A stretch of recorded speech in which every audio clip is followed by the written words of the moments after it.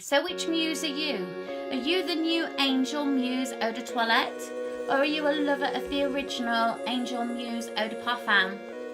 So let's take a look at the Angel Muse Eau de Toilette, which is the latest creation from Mugler Parfum. And this one was launched at the end of 2017. And as you'll see from the bottle, it's very smooth, very tactile. And the inspiration for this one was like a cosmic pebble. So it's very easy to hold. The colour of the juice is a really lovely pinky red colour, which is reminiscent of the surface of the planet Mars. And as you'll see from the front of the bottle, it has the original Angel star.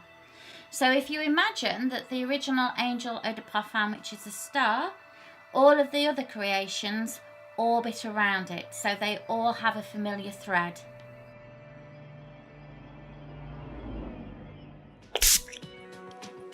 So let's spray it first. So this fragrance is classed as an Oriental vanilla, and it was created by Quentin Bish, who has also created fragrances for such as Fragonard, Jean-Paul Gaultier, Chloe, to name a few. And what's interesting is actually when he first started learning to create fragrances, they said he wasn't gifted enough, and he went on to pursue a career in dance, but still kept his passion for creating fragrances, and then went on to create some of really iconic ones. So this particular fragrance, when you first spray it and smell it, it has top notes of mandarin and passion fruit. So it's quite fruity, but it's also very soft and tends to draw you in, but keeping it sort of clean and fresh. I'm definitely getting a hint of that passion fruit, slightly sweet, but also sour and acidy. And then the freshness of the mandarin. But it's the heart notes in this one that make it particularly stand out. And that's because it has like a hazelnut cream in the heart of both of these fragrances.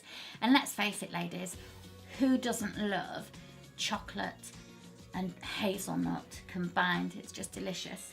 So that heart note makes it particularly addictive.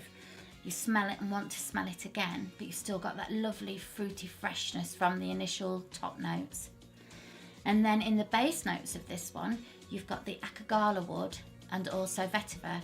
Now the Vetiver in these two particular fragrances is the first time that actually they've made a gourmandy vetiver fragrance. Normally vetiver is associated with mainly men's fragrances, but this is like really soft, almost like velvet across your skin. And the Akigalawood is actually a derivative from Patchouli, but it's refined, so it makes it sort of like quite spicy, but also woodsy, which is what's going to make it stay on the skin. So it's a really lovely fragrance, soft, subtle, addictive, slightly fruity. And if you're like me, who's not a huge lover of the original Angel EDP, because that tends to be chocolate and honey based, very sweet, quite heady, and it gives me headaches, I think this is one that you'll really enjoy trying. So now we'll compare it to the Angel Muse Eau de Parfum, which is the original version, which was launched in April 2016. Again, this one is classed as an Oriental vanilla, and it was created by Quentin Bish as well. So this was the first fragrance that they'd actually made a gourmand vetiver. So when I sprayed this one,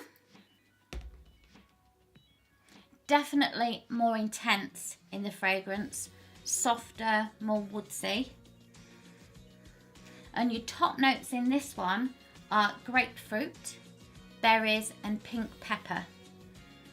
So you get that sharpness from the grapefruit, and then a kick from the pink pepper itself. I can't say that I can really smell any berries in there. But again, in the heart notes of this, you've got that delicious hazelnut cream, which is that chocolatey, addictive again. And then the base notes in this, which make it more intense, is you've got the patchouli and the vetiver. So this is again soft, very, very clean, fresh and warm. but I would say that this one is going to last on your skin longer. It is definitely more intense than this one. This one is a more fruity fragrance altogether. But it depends very much on what you prefer.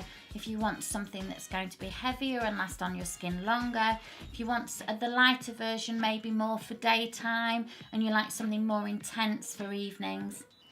But I would think that these two would be particularly good fragrances for the lady if she likes something like the Tom Ford Noir de Noir, the Black Orchid, the Velvet Orchid by Tom Ford also, the YSL Black Opium, which again has got those gourmandy vanilla qualities in it, the Poison by Dior Hypnotic, or the Poison Girl, or even fragrances such as the Prada Candy, which are more, again, vanilla-y but more toffee type, or anything that's got maybe vanilla or chocolate, or the Flower Bomb, which you'll see some of those fragrances I've actually reviewed, which you can actually click on and just take a quick look at those and see, because there are some new releases on those ones too.